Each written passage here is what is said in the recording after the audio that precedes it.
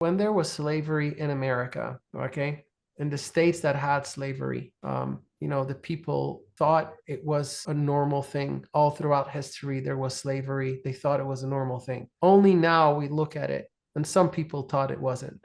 But only today we are looking at this part of history and say, that was really wrong. And so there is a moment when people start speaking up and people say, wait a minute, yeah, that isn't right. Why are we doing this? This is just such a time, right? So when I speak about this today, it may seem like, well, it's just normal. I get a job, I make money. It's a fair trade, right? No, it's not really a fair trade because you don't really have a choice. And the absence of choice is lack of freedom, right? That's not true freedom. If you have lack of choice, you're coerced because otherwise you can't feed your family. And I think that made sense for a long time of history, just like other things in the past, but it just stops making sense